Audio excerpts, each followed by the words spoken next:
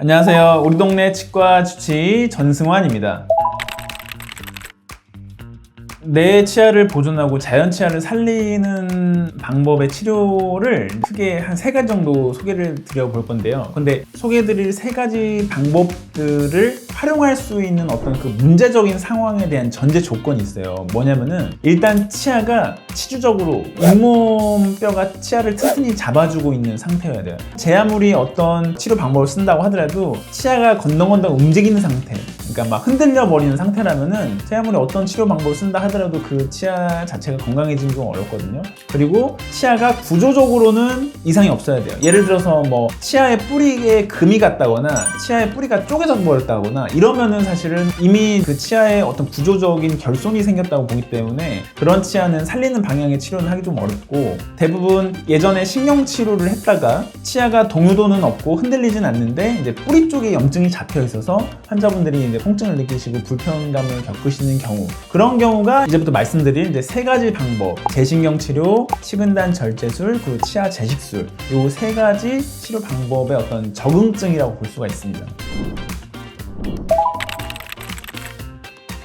신경치료를 한 치아에서 문제가 생기는 경우는 대부분 그 치아의 내부에 어떤 세균들이 서식을 하고 이제 세력을 번성을 시킨 다음에 대부분 다 뿌리 쪽으로 내려가서 염증을 만들어내요. 그러면은 쉽게 얘기해서 치아 내부가 이제 문제의 원인이고 치아 뿌리 끝에 잡혀있는 염증이 이제 결과로 봤을 때, 재신경치료는 어떤 그 원인을 다시 치료함으로써 결과가 스스로 이제 치유가 되게끔 하는 그런 치료 과정이라고 보면 돼요. 그래서 재신경치료는 말 그대로 예전에 신경치료를 했었던 부위를 다시 신경치료를 하는 건데, 먼저 예를 들어서 크라운이 씌워져 있는 경우는 재신경치료 하기 위해서 크라운을 벗겨내야 돼요.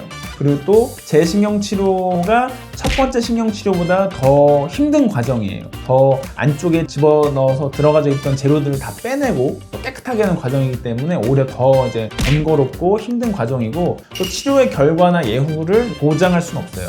왜냐하면 신경관의 어떤 해부학적 구조도 굉장히 복잡하기 때문에 기존의 신경치료가 되어 있는 상태가 별로 좋지 않다고 하면은 일단은 재신경치료를 제대로 해가지고 다시 치료의 결과를 좀 좋게 만들 수도 있겠지만은, 기존에 신경치료한 것도 상태가 잘 되어 있는데 그냥 어떤 문제가 생겨 있는 경우라면은 사실 재신경치료를 한다고 해서 다시 치아 상태가 좋아지긴 좀 어려울 수 있죠.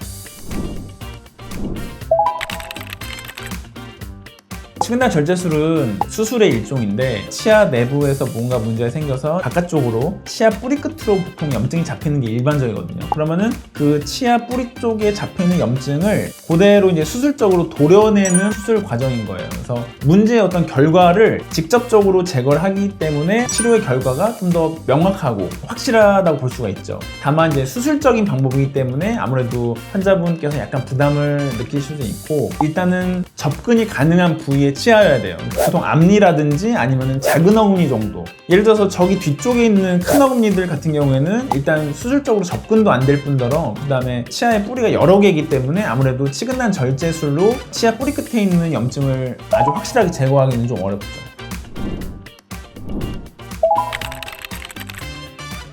치아 재익술은 가장 문제가 되는 게 치아 뿌리 끝에 잡혀있는 염증이라고 했잖아요. 근데 그거를 제거를 하고 싶은데 식은단 절제술로는 접근이 안 되는 가장 뒤쪽에 있는 어금니 같은 경우, 그런 경우에 이제 이런 치아 재식술이 사용이 되어질 수 있는데, 아예 치아 뿌리 끝에 있는 염증을 제거하기 위해서 치아를 뽑아서 바깥쪽에서 이제 뿌리 쪽에 있는 염증을 제거를 한 다음에 그 다음에 다시 재식을 하는 거예요. 근데 생각보다 이 치료는 많이 시행되지는 않아요. 왜 그러냐면은 일단은 발치를 했다가 다시 재식립을 하는 경우 그 치아가 잇몸에 생착이 돼가지고 안정적으로 기능을 할 가능성이 아주 높지는 않고, 또 그리고 발치를 하는 과정에서 치아의 구조적인 손상이 가해질 수 있어요. 그래서 최근에는 이렇게 힘든 치료를 해서 치아를 좀 더 사용하는 것보다는 보다 확실한 방법으로 아무래도 발치를 하고 임플란트 쪽으로 치료를 하는 경향이 더 이제 커지고 있는 것 같아요.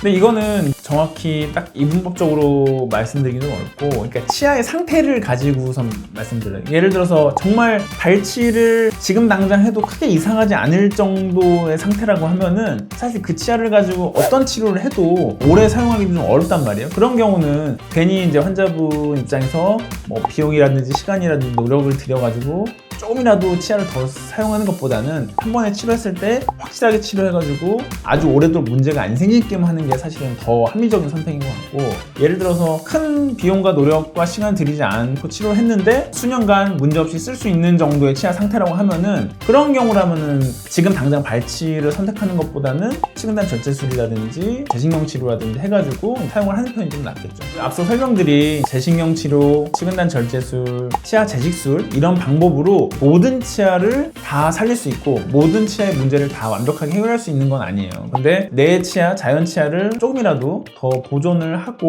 또 의미 있는 기간만큼 사용하는 것도 환자분 입장에서는 중요한 부분이기 때문에 이러한 치료 방법들을 활용을 해가지고 치아를 발치하는 게 좋을지 발치하지 않고 살려서 치료하는 게 좋을지는 치료를 해주시는 원장님과 상의를 해보셔가지고 결정을 하는 게 좋을 것 같습니다.